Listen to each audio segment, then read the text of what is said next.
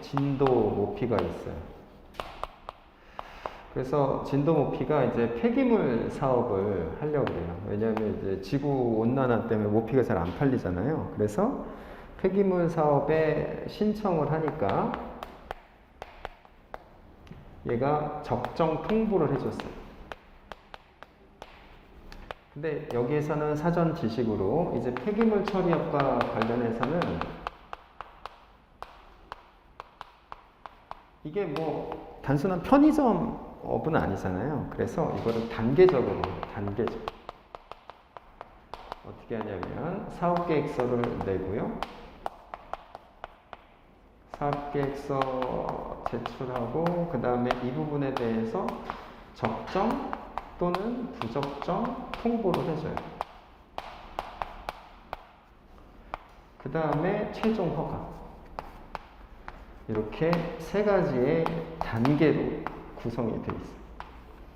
그러면 당사자도 뭔가 이렇게 따다닥 진행되는 느낌이 들고 장기적이고 그 광범위한 사업에 대해서 효율적인 행정이 이루어질 수가 있겠죠. 그래서 만약에 적정 통보가 돼버리면 얘가 적정 통보를 통해서 30%의 가능성을 선점하는 거예요. 그러면 최종 허가 단계에서는 제로 베이스에서 다시 출발하는 게 아니라 70%만 충족되면 최종 허가를 줘야 돼요. 그러면 적정 통보는 어떤 걸 알 수 있어요? 기속력이 있는 거죠.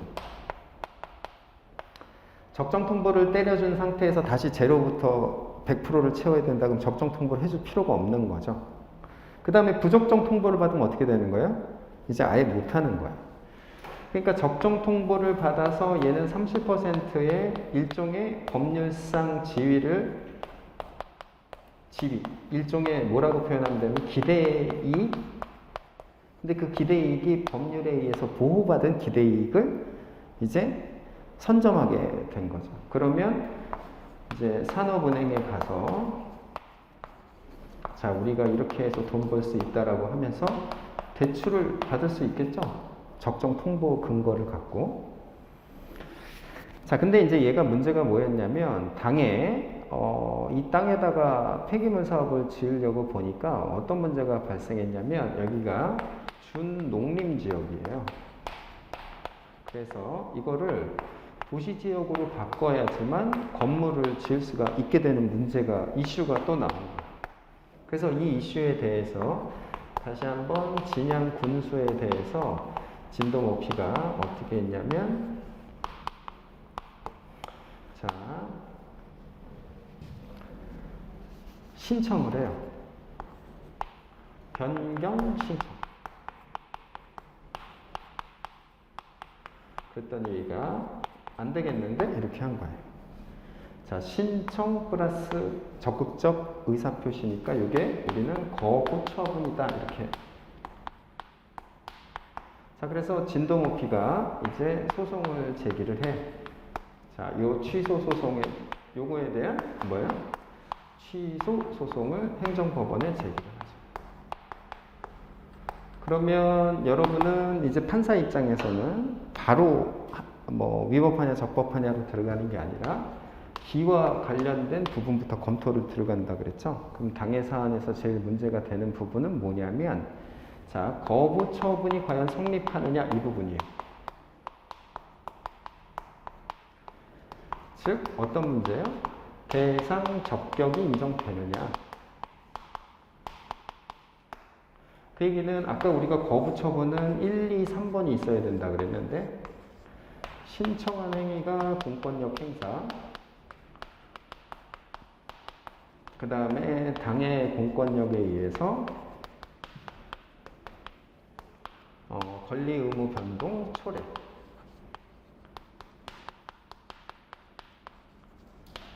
그 다음에 법규상 조리상 신청권이 있어야 돼요. 근데 문제는 뭐냐면 도시계획법에 이게 신청, 특히 변경 신청권이 없어요. 이건 상식적으로 여러분이 예를 들어서 방학계획을 세워요. 그래서 어떻게 계획을 세웠냐면 이렇게 그 다음에 공부 이렇게 세운 거예요. 근데 예를 들어서 이렇게 계획을 세웠는데 누군가가 여러분한테 변경해. 말이 되니 이게? 그럼 여러분이 이걸 변경해야 되나요? 그렇진 않죠. 왜 그러냐면 이거는 나만의 광범위한 재량인 거예요. 물론 지키진 못하지만 방학 계획을 내가 세우는 거죠. 왜 세워요? 시험에 합격하려고 장기적으로 종합적으로 어떠한 목표를 이루기 위해서 수단과 방법을 조율하는 나만의 세상인 거예요. 이건 그렇죠. 비록 공부는 안 하지만 그렇기 때문에 이것에 대해서 변경하라는 누군가의 신청은 뭐 귀를 기울이지도 않잖아요. 여러분이 행정청이 그러면 당사자라면 똑같겠죠. 그 상식은. 그러니까 도시계획법에 이런 신청권을 담을 이유가 없죠. 그래서 법규상 신청권이 없는 거예요. 이게 없으니까 어떻게 돼요? 원칙상 처분이 아닌 거예요. 요거는 없으니까. 이렇게 쓰지 말고요. 자, 이거는 이제 어떻게 된 거예요? 요거는 안 된 거예요. 그런데 얘는 뭐가 있냐면 요거는 남아있잖아요. 조리. 왜냐하면 아까 얘는 어떤 게 있었어요? 이 30% 때문에 뭘 받았어요 지금? 산업은행에서 법률상 기대이익을 이미 선점했던 애예요. 그러니까 만약에 여기에서 이걸 거부를 해버리면 얘는 이제 어떻게 되는 거예요? 저 30%가 날아가게 되는 거예요. 그런 다음에 결국에는 이 최종 허가조차도 날아가게 되는 거죠. 그렇죠? 그러니까 얘는 아무것도 없는 애랑은 좀 다른 거죠. 그러니까 어떤 30%의 학원비를 대준 사람이 야, 너 이런 식으로 해갖고 합격하겠니? 이렇게 하는 거죠. 그렇죠? 그래서 그런 사람한테는 뭘 인정할 수 있다? 조리상 신청권을 인정할 수 있다라는 게 우리 판례의 법리예요. 그렇게 되면 대상 적격이 어떻게 되는 거예요? 인정되는 거죠. 패스예요. 이게 있으니까. 나머지 두 개는 별 문제가 안 되니까. 그럼 이제 어디로 오는 거예요? 판사 앞에 오고 그 다음에 원고, 피고 이렇게 앞에 쓰는 거예요. 그래서 이제 원고가 진도 모피가 되고 얘가 진양 군수가 돼서 서로 누가 잘했느냐를 갖고 싸우는 거죠. 그러면 이게 위법하냐 적법하냐를 놓고 싸우는 거예요. 근데 원고는 뭐라 그랬냐면 야, 너 있잖아. 나한테 적정하다고 통보해줬잖아. 이렇게 얘기한 거예요. 그게 우리가 이제 주체 절차 형식 내용 전을 한번 볼까요, 여러분? 전. 거기에 보니까 여러분이 변호사라면 여기서 뭘 갖고 시비를 걸 수 있겠어요? 행정기본법 12조 1항을 한번 볼까요? 12조 1항.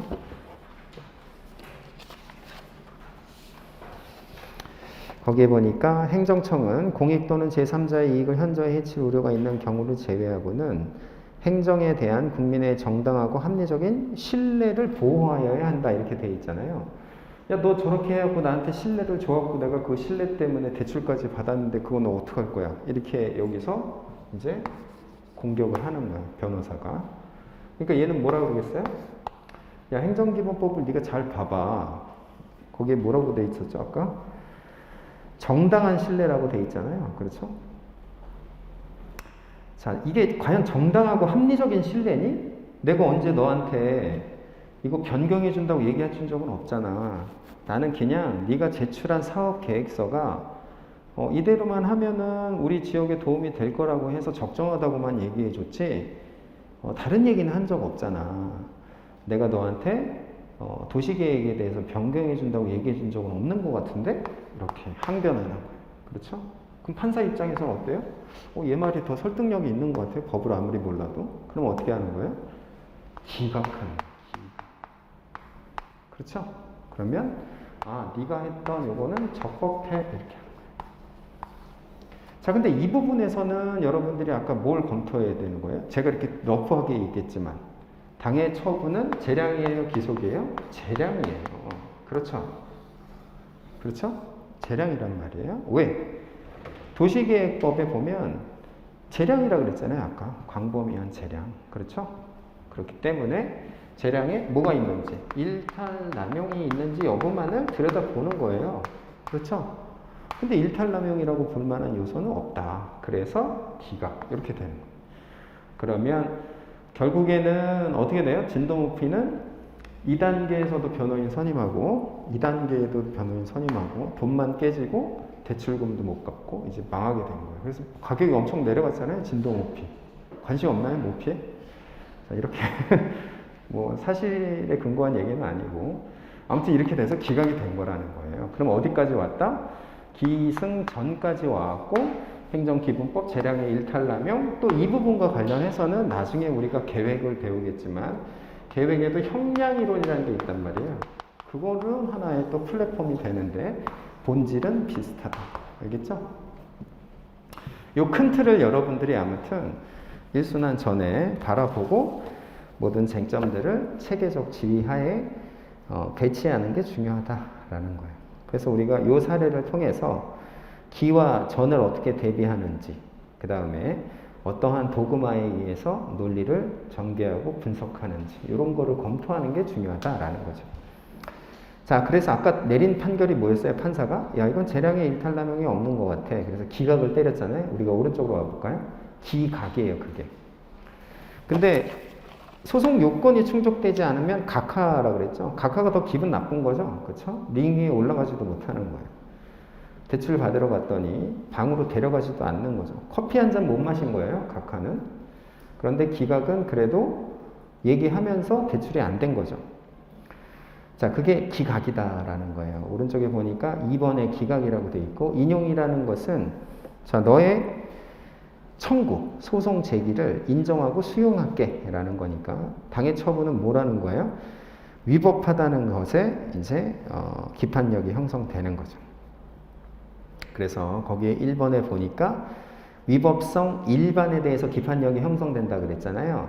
여러분 거기 기판력이랑 아까 일탈남용에서 비례, 평등, 자기구속, 목적위반, 동기부정, 사실오인에 기한 재량권 불행사를 다 적시해야 된다 그랬는데 그건 왜 그렇다?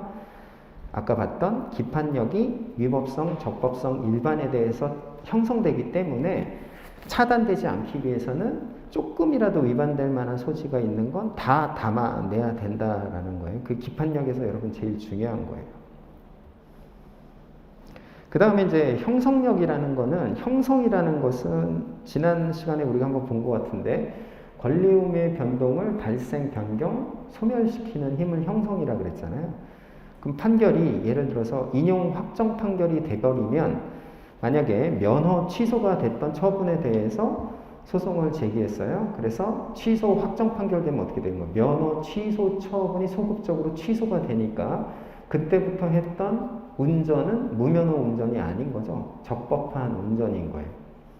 그래서 내가 만약에 뭐 가그링을 했는데 가그린에 있는 알코올 때문에 음주운전으로 적발이 됐다.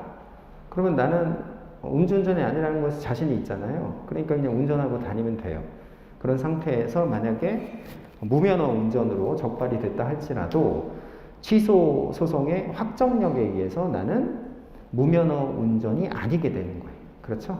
그게 판결의 형성력이에요. 자, 형성력 중에서 제3자효만 규정하고 있어요. 우리 행정소송법은 29조에서. 그래서 판결이 대세효가 있는 거죠. 제3자에게도 미치는 효력이 있으니까. 그러면 이런 효력을 받는 제3자는 당해 소송에 참가해서 자기의 법익을 보전받을 필요가 있기 때문에 제3자 소송 참가 제도가 있는 거고요. 그 다음에 만약에 자기에게 책임 없는 사유로 참가하지 못했을 때에는 다시 한번 재심 청구할 필요성이 있기 때문에 제3자 재심 청구가 규정이 되어 있는 거예요. 그렇죠? 자, 우리가 이 제3자 재심 청구와 관련해서 여러분 기억이 날지 모르겠는데 이 제3자 재심 청구를 이 관점에서도 한번 바라볼까요?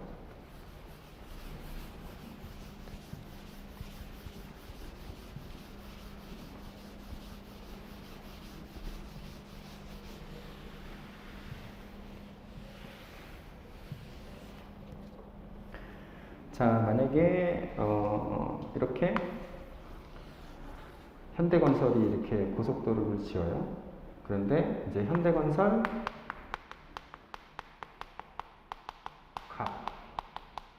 그 다음에 토지 소유자 이렇게 있다 그럴 때 이제 수용을 해요. 강제 수용. 그렇게 할 때에는 자, 사업 인정 고시를 하면 그때는 현대건설이 수용권을 행사하는 주체가 돼요. 수용권 행정 주체. 자, 그 상태에서 다시 한번 협의를 진행하고 협의가 안 될 때에는 아쉬운 애가 현대건설이니까 얘가 이제 관할 토지수용위원회를 찾아가서 이거에 대해서 재결을 요청해요. 이거를 요청하겠죠. 현대건설에서. 그럼 얘가 재결해서 어떤 걸 결정하냐면 수용 범위, 시기. 자, 이거를 우선 할 수 있고요. 두 번째, 수용 보상금도 결정을 해요. 그러니까 얘는 뭐예요? 얘는 둘리죠. 얘가 둘리. 행정청한테 요구를 했으니까. 근데 이거에 대해서 불만이 있으면 다시 한번 이의 재결. 이게 이제 특별한 행정심판이 되겠죠. 그래서 얘가 고길동이 되는데 이게 이제 중앙토지수용위원회, 중토위.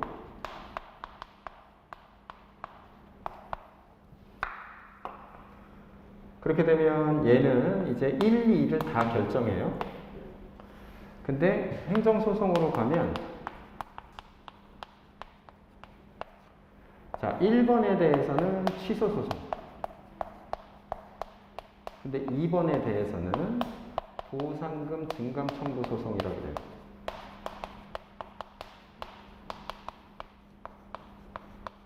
그래서 이거를 우리가 형식적 당사자 소송이다 이렇게 얘기하잖아요. 이게 왜 형식적 당사자 소송이냐? 이거를 보는 거예요. 원래는 지금 예를 들면 을이 예를 들어서 여기에 있는 관할 토지 수용회 병에게 소를 제기했어요. 그러면 좀 더 토지 보상금을 많이 달라고 소를 제기했겠죠. 그렇죠? 자, 그렇게 해서 만약에 증액이 돼요. 인용됐어요. 그러면 어떻게 돼요? 제3자 재심 청구가 있으니까 다시 갑이 야, 뭔 소리야. 깎아줘야 되라고 재심 청구할 수 있겠죠. 갑은 돈을 더 내야 되니까 재심 청구를 당연히 하겠죠. 그래서 이렇게 되면 또 그 다음엔 누가 또 소송 제기하겠어요? 을이 또 재심 청구. 평생 소송만 하다가 이제 고속도로는 못 짓게 되는 거예요. 그러니까 어떻게 하는 게 좋아요? 야, 그럴 바에는 그냥 니네가 링 위로 올라와 이렇게 하는 거예요. 그래서 갑과 을이 니네가 형식적으로 당사자가 돼. 근데 사실은 뭘 갖고 다퉈요? 실질적으로는 뭘 갖고 다투는 거예요? 지금 처분의 내용이 요걸 갖고 다투잖아요. 그렇죠? 그러니까 실질적으로는 처분을 대상으로. 그래서 형식적 당사자 소송. 그러면 제일 중요한 부분은 원피고는 처분청이 될 수가 없죠. 처분청이 아니라 시행자하고 토지 소유자 얘네만 될 수 있어요. 그렇죠? 그 이유는 뭐다? 이 재심 청구 제도 때문에 이렇게 한 거예요. 알겠죠? 이게 재심 청구예요. 자, 그러니까 사실 여러분 모든 쟁점들은 다 연계되어 있는데 우리가 모르는 거죠. 연계되어 있는지. 그래서 여러분들이 형식적 당사자 소송도 제3자 재심 청구를 통해서 바라보면 쉽게 정리할 수 있어요. 자, 그 다음에 이제 소송의 효력 중에 기속력이라는 게 있는데, 거기에다가는 여러분 영어로, 자, 때로는 영어가 더 편하지 않나요? 자, binding force라고 적어주세요. binding force. 이 영미법적 표현인데요. 묶는 힘이 있는 거예요. 자, 우리가 기속력에 대한 본질을 한번 볼게요.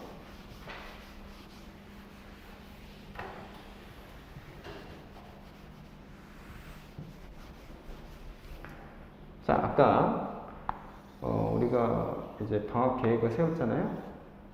잠, 공부 이렇게 했단 말이에요.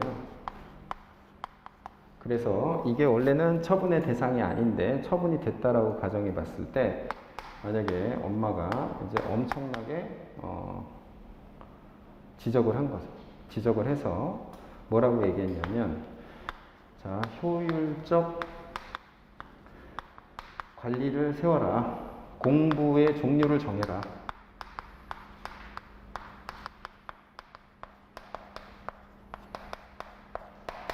그 다음에 두 번째, 충분한 잠을 보충해라. 그 다음에 휴식도 좀 취해라. 뭐 이렇게 휴식도 좀 취해라. 너무 무리하지 말아라. 이렇게 해서 만약에 지적을 했다라고 생각해 보면, 이 이후에는 나는 어떻게 해야 돼요? 엄마가 얘기한 요 1, 2, 3을 개별적 위법성으로 봤을 때, 이제 구체적으로 예를 들어서 뭐 이렇게 하고, 그 다음에 뭐 경제학, 행정법 뭐 이렇게, 그렇죠? 이렇게 하고, 그 다음에 뭐 휴식, 그 다음에 행정법 뭐 이렇게 좀 해야 될 거 아니에요, 그렇죠? 이게 뭐예요? 이게 각각의 이러한 내용들을 다 반영하는 거죠. 왜 반영해요? 엄마가 한 말에 내가 바인딩 되기 때문에. 이게 우리 일상생활이잖아요. 그러면 엄마가 만약에 판사라고 해보고 내가 행정청이라고 해봤을 때, 판사가 판결 이유에서 네가 한 짓이 잘못된 이유는 이렇고 이렇기 때문이야. 그래서 아까 재량의 일탈남용에서 거기에 보면 비례 원칙 위반했고 목적도 위반하고 너는 재량권도 불행사했어. 그러면 어떻게 해야 돼요? 그 세 가지를 다 반영해서 제대로 해야 되는 거죠. 그게 우리 세상 사는 이치잖아요. 그렇게 만드는 힘, 판결의 힘을 우리는 기속력이라고 하는 거예요. 이 관점을 잘 봐야 돼. 그러니까 어떤 거예요? 사실상 실질적인 의무를 부담시키는 거죠. 의무 부담. 그렇죠? 기속력을 바라보는 관점이 그렇다. 우리가 여러분 그 법령 찾아보고 행정소송법 30조 한번 들어가 볼까요? 30조? 30조에 보면, 자, 반복 금지요 결과 제거 의무, 그게 1항에 규정이 되어 있는 거고요. 그 다음에 당해 처분의 내용이 거부 처분인 경우에는 이제 판결의 취지에 따라서 재처분을 하도록 해 놓은 거예요. 그 다음에 이제 원상회복 의무라는 것은 사실은 뭐 반복 금지요라는 1항에 의해서 당연히 도출되는 의무가 되겠죠. 그러니까 원상회복이라는 건 어떻게 해야 돼요? 다시 이렇게 정상적인 계획으로 마련해야 되는 의무가 형성된다라는 것은 뭐 당연한 거예요. 자, 그래서 여러분이 이 바인딩 포스와 관련해서 중요한 개념은 뭐예요? 이것들이 어떤 거예요, 지금? 다 개개의 위법 사실이라는 거죠. 이 개개의 위법 사실에 대해서 형성이 되는 거예요. 그럼 이 개개이라는 것에 대한 가치 판단은 뭘로 할 거예요? 개개이라는 가치 판단에 대해서 우리 판례는 기본적 사실관계의 동일성에 의해서 판단해요. 그렇죠? 그래서 우리가 그걸 어디서 봤어요? 지난 특강 때 처분 사유의 추가 변경에서 봤죠? 그렇죠? 그래서 처분 사유의 추가 변경에서 처분 사유의 추가 변경이 인정될 수 있는 요건 사실로서의 기본적 사실관계의 동일성이 인정되는 범위 내에서만 객관적으로 실질적인 의무를 부담받게 된다라는 거예요. 그러니까 여기서 우리가 또 어떻게 생각할 수 있냐면, 예를 들어서 법무부 장관이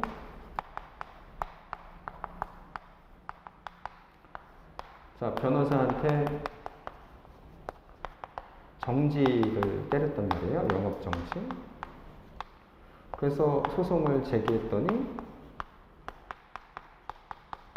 얘가 이제 소송 요건이 충족돼서 판사 앞에 서고, 그 다음에 변호사, 그 다음에 법무부 장관 이렇게 해서 소송을 전개하니까, 아니 왜 정지했어요? 얘 컨닝했어요. 시험에서. 이러는 거죠. 부정행위.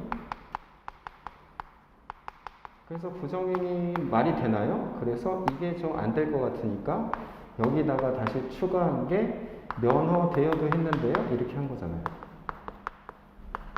야, 그러면 이거하고 동일한 거니? 이렇게 물어본 거잖아요. 동일하지 않으니까 이건 안 되는 거야. 이렇게 했던 게 처분서의 추가 변경, 우리가 지난 시간에 본 거.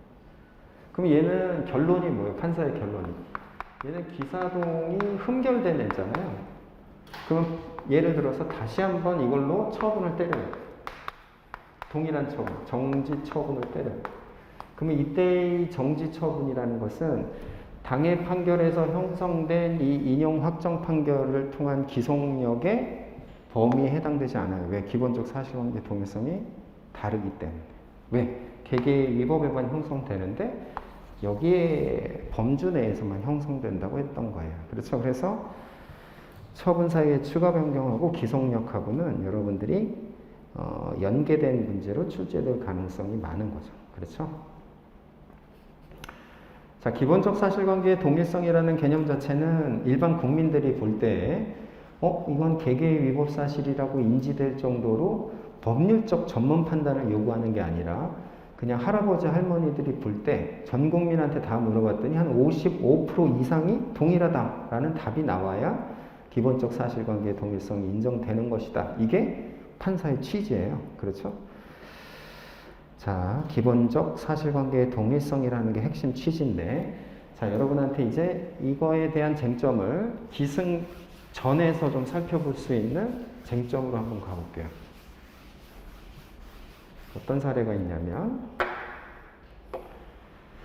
자, 이제 시장이 있고요. 여기가 가지고 그 다음에 연탄공장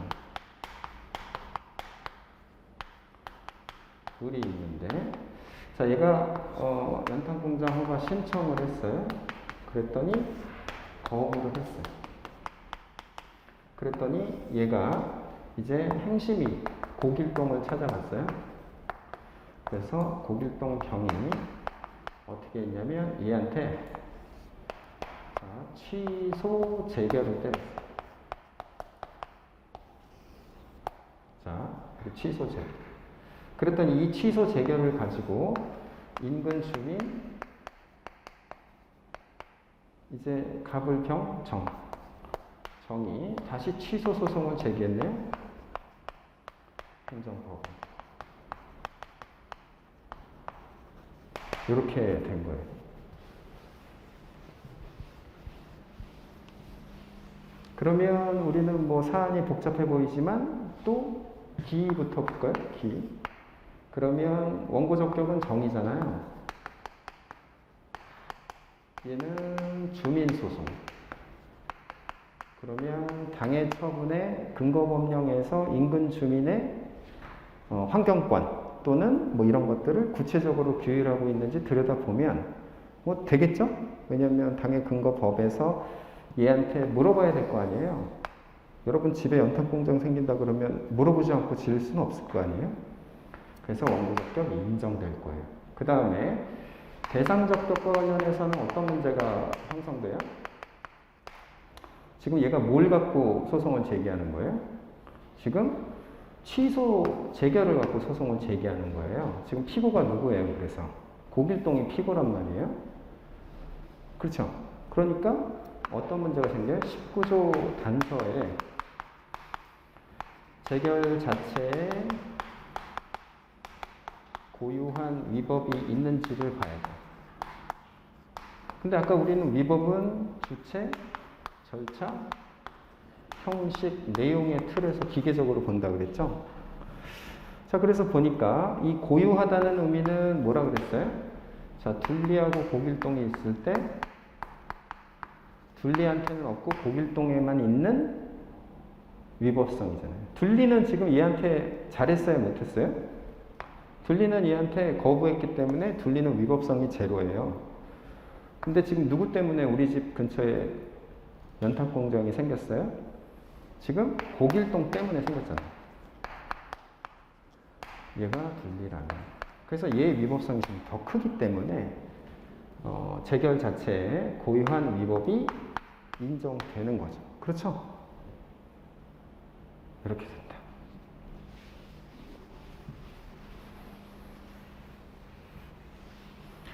자, 근데 어떤 문제가 생기냐면 이것만 끝일까요? 그렇지가 않아요. 자, 여기 협의의 소액 관련된 협의의 소익이 결론적으로 없다고 봤어요, 판사는. 왜 그러냐면, 자, 보세요. 이 재결을 만약에 행정법원에서 인용 확정해주면,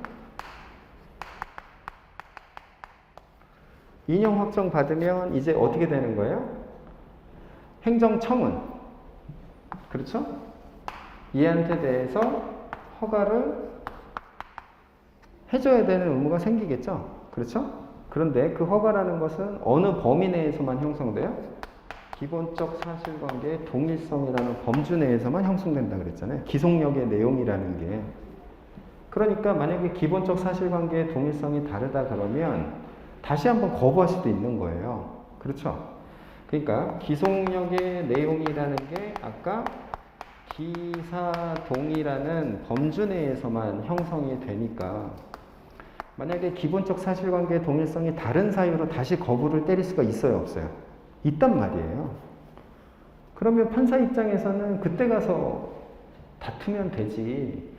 굳이 지금 다툴 필요가 뭐 있어? 지금 네 집에 당장 연탄 공장이 생기는 것도 아닌데 그때에 얘기될 수 있는 게 협의의 소이익이에요. 그러니까 보다 유효적절한 너의 불안정한 지위와 위험성을 제거하는 데 있어서 더 유효적절한 구제수단은 설사 그때 허가를 때리면 기본적 사실관계 동일성이 인정된다고 해서 그러면 그걸 갖고 다투는 게 더 확실한 수단이지 앞으로 어떻게 될지도 모르는데 지금 나한테 판단을 구하는 것은 유효적절한 구제 수단이 아니야 라고 해서 협의의 소외이익을 부정한 건데 이 협의의 소외이익과 관련된 그러한 논리의 성결 문제가 바로 기속력이 될 수 있겠죠. 그렇죠? 그래서 이렇게 같이 또 돌아가는 거예요.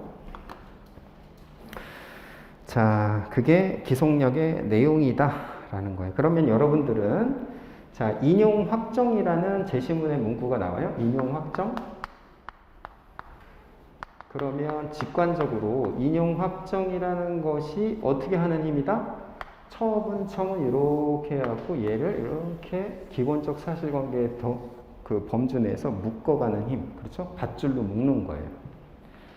근데 밧줄로 묶일 때는 처분 당시를 기준으로 기본적 사실관계의 동일성이 인정되는 그 내용 하에서만 묶인다. 라는 것은 아까 우리가 계획, 그걸 한번 살펴보면서 봤던 내용이죠. 그렇죠? 자, 이렇게 해서 여러분들이 기속력을 잘 정리를 해둬야 돼요. 그러면 우리가 변호사가 소송을 통해서 인용 확정 판결을 받으려고 하는 전국적인 이유는 뭐예요? 바로 이 기속력을 만들기 위해서 소송을 제기하는 거예요. 그렇죠?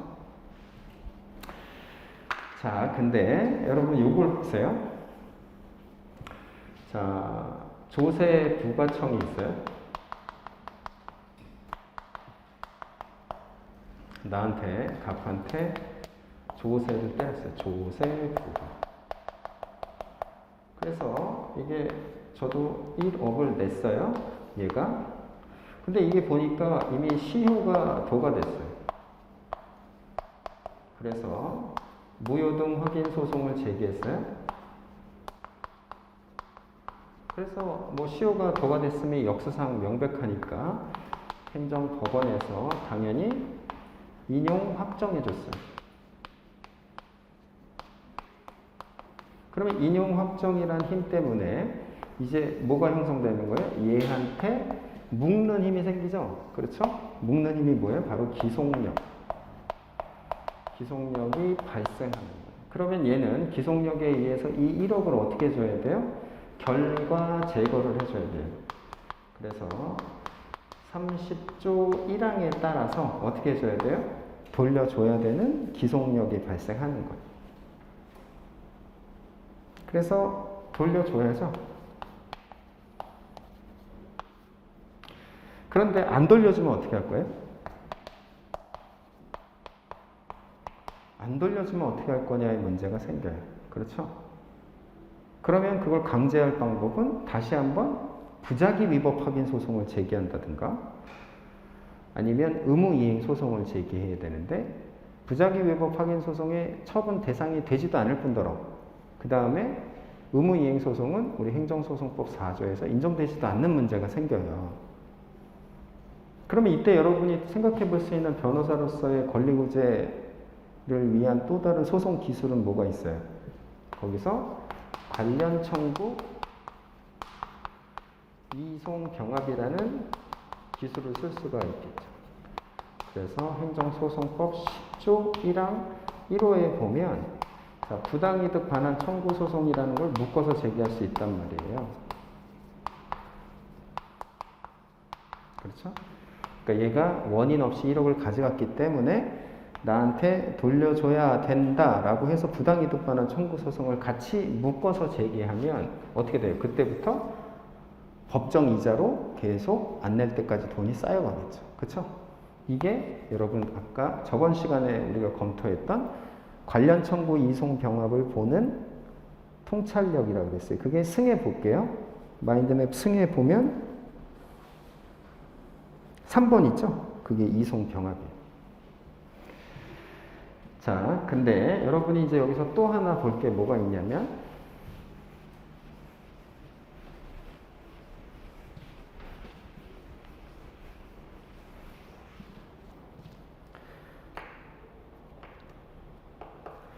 자, 더운 여름에 이제 행시 준비한다고 고생하는 행시 준비생들을 위해서 인혁처장이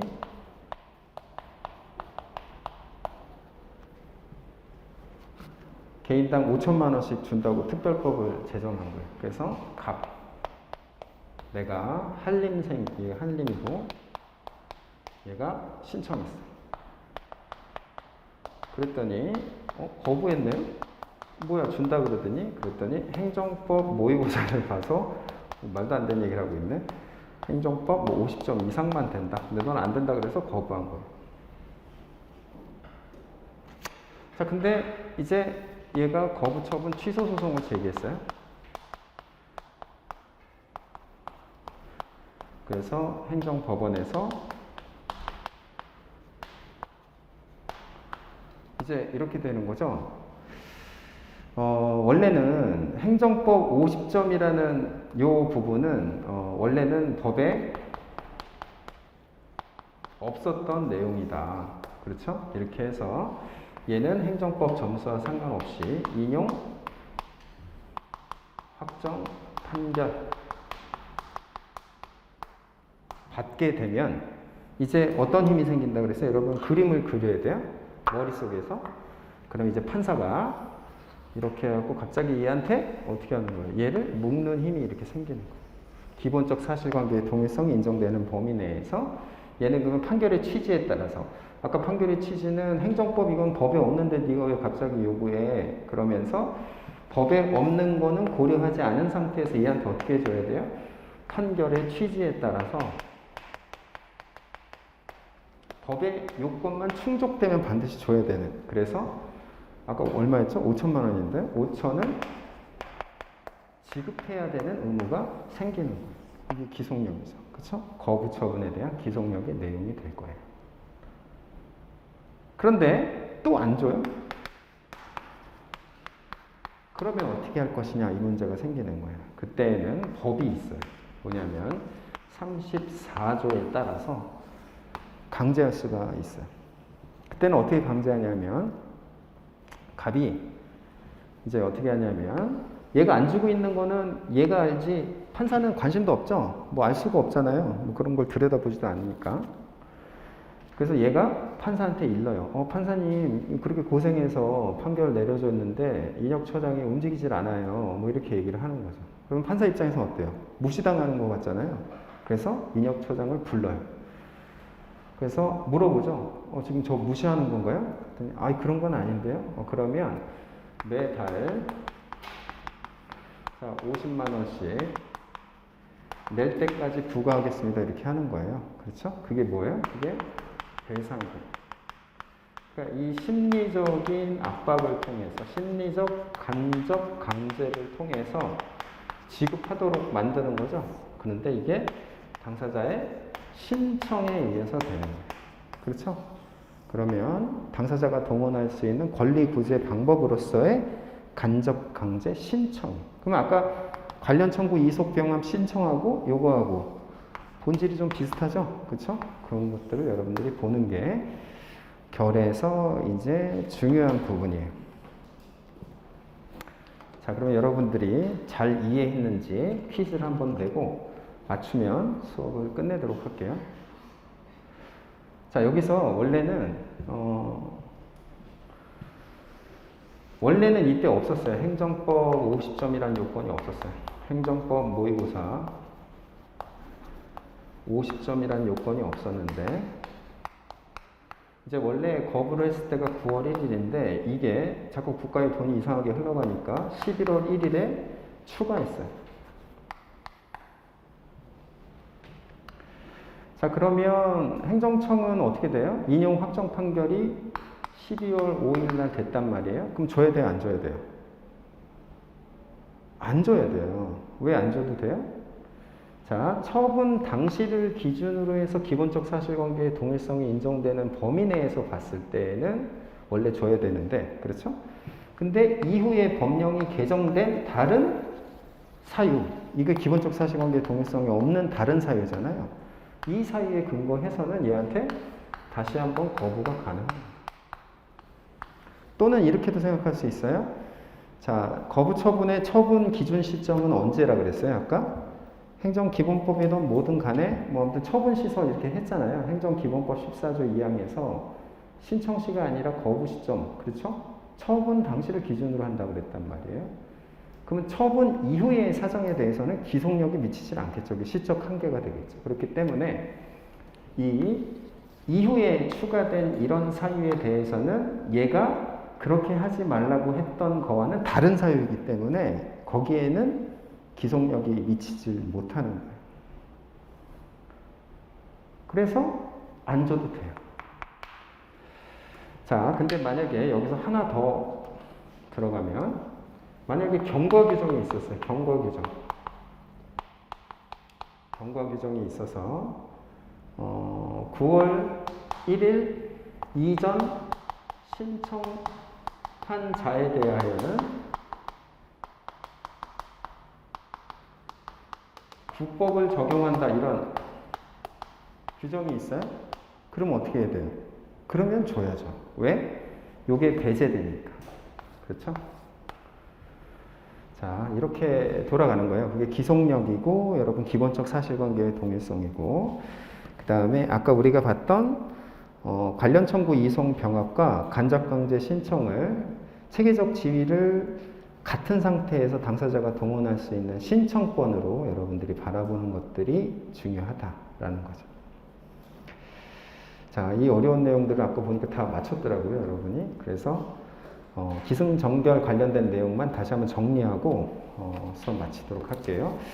자, 우리가 이제 모든 행정법 쟁점을 바라볼 때 사실은 이제 행정법이라는 부분이 단일법이 없기 때문에 산재되어 있잖아요. 그런데 다음과 같은 소송 요건인 기, 그렇죠? 그 다음에 소송 기술인 승, 그 다음에 이제 본안에 넘어왔을 때 행정기본법을 중심으로 해서 위법과 적법을 나누는 전, 그 다음에 판결의 내용과 효력인 결, 이렇게 해서 구분을 해서 각각의 쟁점을 좀 정리해야 되는데 쉽지는 않지만 자꾸 반복하다 보면 좀 익숙해지는 거고요. 중요한 부분은 기승결 파트는 사실 이제 행정소송법에 대한 통찰력이 좀 중요하고, 오늘 제목을 행정기본법으로 잡은 이유는 전을 지배하는 가장 일반법이 행정기본법이라는 거예요. 그렇죠? 그래서 본안의 인용 가능성 또는 미법, 적법 이 판단과 관련해서 여러분이 행정기본법을 얼마만큼 여러분 답안에 효율적이고 기계적으로 잘 적시하느냐, 이 부분이 채점자한테는 매우 좋은 소구력을 형성한다라는 거예요. 그래서 행정기본법을 잘 활용할 부분이 그런 가치가 있고, 그리고 오히려 어떤 게 있냐면요, 결국에는 행정기본법에 있는 내용을 보면서 답안을 쓰면 오히려 우리한테는 편한 거죠. 그래서 기승결에서는 소송법을 보면서, 근데 대부분 암기가 되어 있는 상태가 되어 있어야 되니까. 그런데 아직 기본법은 여러분이 이렇게 막 암기가 될 정도로 익숙한 법은 아니지만, 우리가 당해 처분의 위법과 적법을 판단하는 단계에서 참조하면서 검토할 때에는 매우 좋은 자료가 될 수 있다라는 거예요. 알겠죠? 자, 그래서 1순환 시작하기 전에는 여러분들이 어렴풋하게 남아있는 그러한 기억들을 다음과 같이 한번 정리해보고, 그 다음에 거기에 있는 콘텐츠를 또 채워가면서 다시 한번 밑빠진 독에 또 물을 부어가는 거죠. 뭐, 그쵸? 그렇게 해서 자꾸 반복하는 거예요. 자, 고생하셨습니다.